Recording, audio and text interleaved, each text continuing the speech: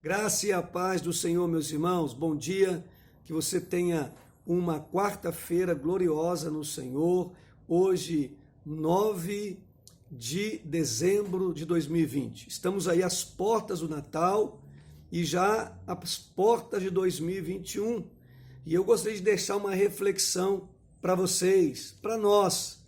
Lucas capítulo 1, versículos 28 em diante. Diz assim: E entrando o anjo aonde ela estava, disse: Alegra-te, muito favorecida. O Senhor é contigo.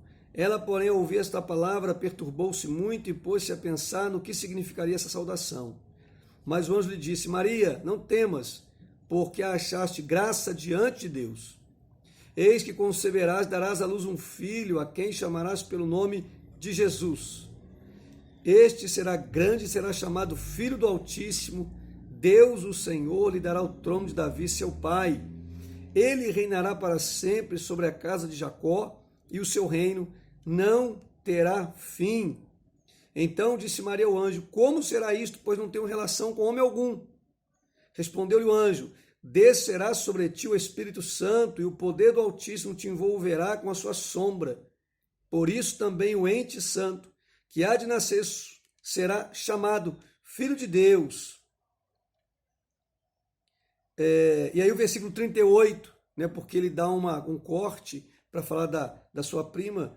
Então, 38 diz: Então disse Maria: Aqui está a serva do Senhor, que se cumpra em mim conforme a tua palavra. E o anjo se ausentou dela. Aleluia, glória a Deus. O que eu quero falar com vocês nesse momento, repartir com vocês uma reflexão, é a respeito dessa jovem virgem que, creio eu, embora a Bíblia não tenha aí um desfecho mais detalhado a respeito dessa jovem chamada Maria, mas se Deus a escolheu certamente para algo tão maravilhoso e importante, algo único, é porque Maria possuía qualidades, adjetivos gloriosos. E gostaria então de repente, tentar colocar alguns aqui para nós pensarmos. A meu ver, Maria, essa jovem, era uma jovem muito obediente aos pais, até devido à cultura da época. Maria deveria ser uma jovem amada pelos pais, deveria ser muito participativa nos afazeres domésticos. Maria devia ser uma jovem querida por todos ao seu redor, né, por seus parentes, por seus familiares, por seus amigos. Maria, a meu ver, devia ser uma jovem muito meiga, educada, sabe? Muito religiosa. Creio eu que ela tinha, não é, no seu coração muito temor a Deus, sobretudo. Se assim não fosse, Deus não a escolheria. Então Maria, ela tinha adjetivos gloriosos, talvez o maior deles que eu considero, né? Vamos dizer assim, o mais lindo diante de um contexto como hoje, fazendo a comparação como hoje, é a sua obediência e a sua disponibilidade para servir a um propósito de Deus. E aqui eu quero então chamar atenção para isso. Maria, meus irmãos, ela ensina essa juventude de hoje muita coisa, especialmente a juventude, porque para mim Maria sonhava em entrar, né, ou estar debaixo de uma cobertura linda, bem enfeitada, né, com um véu tapando o rosto, porque era o costume da época no casamento, de ver as pessoas todas ao seu redor, festejando, celebrando o momento do seu casamento, com toda certeza. Maria tinha sonhos, Maria certamente tinha planos, né, na sua juventude, ao formar a família, ao ter uma família linda. Mas os planos dela, que eram bonitos, lindos, que eram certamente também de acordo com tudo aquilo que a família certamente ouviu dela, não é? Mas foi interrompido pelo propósito de Deus em sua vida. Deus a escolheu para algo único, não é? E sabemos que a época uma mulher que engravidasse, uma jovem especialmente que engravidasse fora do casamento, ela corria um grande risco de apedrejamento. Antes, a humilhação pública. E aí, então, Maria pensou em tudo isso quando ela disse assim, mas como será isto? Eu ainda não tenho homem, ou seja, ela quer dizer o seguinte, não tem relação com homem algum, ou seja, ainda não me casei. Isso que ela quer dizer com essa frase, não é? Que não tem relação com homem algum, ou seja, não me casei ainda vou me casar. Mas Deus, sabe, ele não espera, sabe, irmãos, a realização daquilo que é próprio do nosso mundo, do homem, quando ele quer concluir os seus projetos e planos, quando Deus tem pressa nos seus planos, quando Deus tem pressa em algo em nossa vida. Então Deus não espera que nós realizemos aquilo que está em nós, próprio de nós mesmos, porque Ele tem pressa no plano dele. E Maria, então, ela finaliza esse diálogo com o anjo, essa coisa maravilhosa que eu creio que deve ter sido, embora ela deve ter ficado muito temerosa, porque no Antigo Testamento, ainda no Novo Testamento, a visitação de um anjo a alguém sempre era entendido como uma sentença, como juízo, como um momento de julgamento severo de Deus. Não era visto com bons olhos, mas pelo contrário, aqui como em outros tantos exemplos, vamos ver que é o momento onde Deus desafia. E aí, Maria vai dizer assim, aqui está a serva do Senhor, que se cumpra em mim conforme a tua palavra. E o anjo então se deu por satisfeito e foi embora, voltou para o trono do Pai, levando a resposta. Maria, ela abriu o coração para servir o teu propósito, Senhor. Isso é lindo. Isso é lindo em pensar que nos dias atuais Deus está buscando jovens, está buscando homens e mulheres, irmãos, para cumprir os seus propósitos, para cumprir a sua vontade. Mas sabe quais são as barreiras que não permitem a juventude, a mocidade atual, na sua grande maioria, perceber, entender e ver o chamado de Deus, em ver, em sentir, experimentar, ouvir o chamado de Deus na sua vida?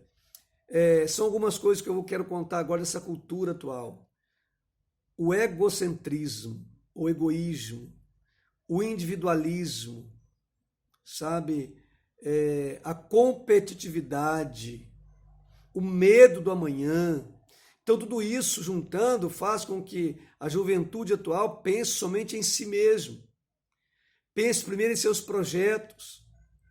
Pensa primeiro em seus planos, sabe? Em primeiro ganhar dinheiro, em primeiro fazer 3, 4, 5 faculdades, em primeiro envelhecer. Não estou aqui contra o estudo de maneira alguma, eu até motivo muitos jovens a estudar, a aprender mais e mais, a se capacitar mais e mais, a se preparar para um casamento feliz, para uma família melhor estruturada, com toda certeza. Mas eu falo de algo hoje que é muito ausente, até mesmo na própria igreja, que é um coração servo, que é um coração disponível, que é um coração realmente que abrace, que permita se enganjar no reino de Deus e ouvir a voz de Deus e fazer a vontade de Deus se cumprir de verdade em sua vida.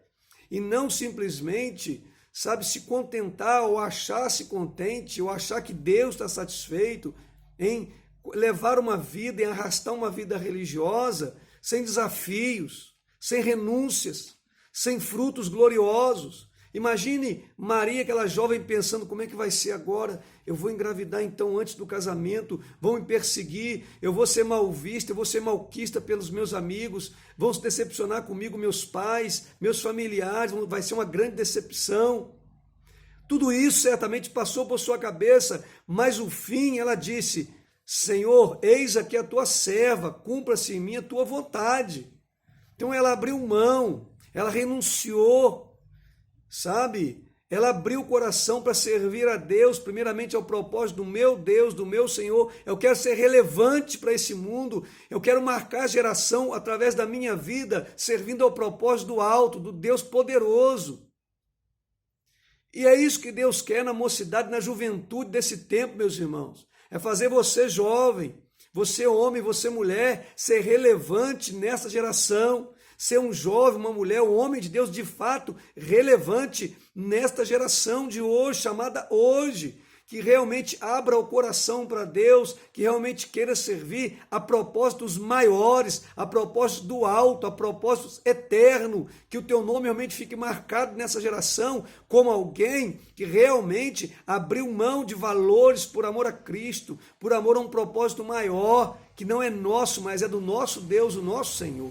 Amém? Que nesse Natal, o Jesus que celebramos, o seu nascimento, você possa permiti-lo de forma figurada, claro, uma ilustração, nascer no seu coração, de uma forma tão poderosa, tão gloriosa, que você possa dizer como Maria, e se ceder, e se renunciar, e se jogar em Cristo, e dizer, eis aqui o teu servo, Senhor, cumpra-se em mim conforme a tua vontade. Amém? Que Jesus Cristo possa, irmãos, em 2020, para 2021, possa realmente reinar de forma poderosa em nossos corações, como Maria permitiu que ele reinasse em seu coração e tornasse ela uma mulher poderosa. E lembro outro detalhe importantíssimo aqui.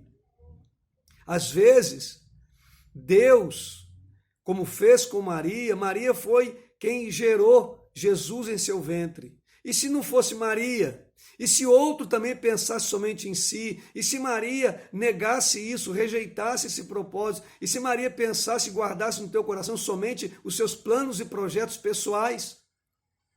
E se outra fizesse a mesma coisa? Onde estaria a nossa salvação? Onde estaria a nossa redenção? Então, às vezes, meus irmãos, há pessoas próximas a você, que Deus tem para que você, sendo usado por Ele, sabe, leve Cristo de forma poderosa dessas pessoas. Possa fazer com que Cristo nasça nesses corações, no coração dessas pessoas. Mas isso não acontece hoje porque talvez você está tão focado nos seus próprios planos, você está focado tanto nos seus próprios projetos pessoais, que você não consegue enxergar, que você está cego em relação aos planos de Deus na sua vida, do que Deus quer e pode fazer através de você, na tua casa, na tua família, na tua parentela, no teu trabalho. Então é preciso que você e eu sejamos mais servos de Deus. Realmente que nós queiramos realmente sacrificar a nós por amor a Cristo e por um propósito e projeto maior que vem do céu, que vem do alto, de Deus, para darmos frutos gloriosos nessa geração. Amém? Que assim seja na sua vida nesse final de ano e no ano que se aproxima, em nome de Jesus Cristo. Amém? Glória a Deus. Fica com essa palavra no teu coração, reflita e que realmente 2020 ainda seja um ano de você dizer, eis aqui o teu servo, esse jovem, essa mulher, esse homem. Cumpra-se em mim conforme a tua vontade, Senhor. Um grande beijo no coração de vocês.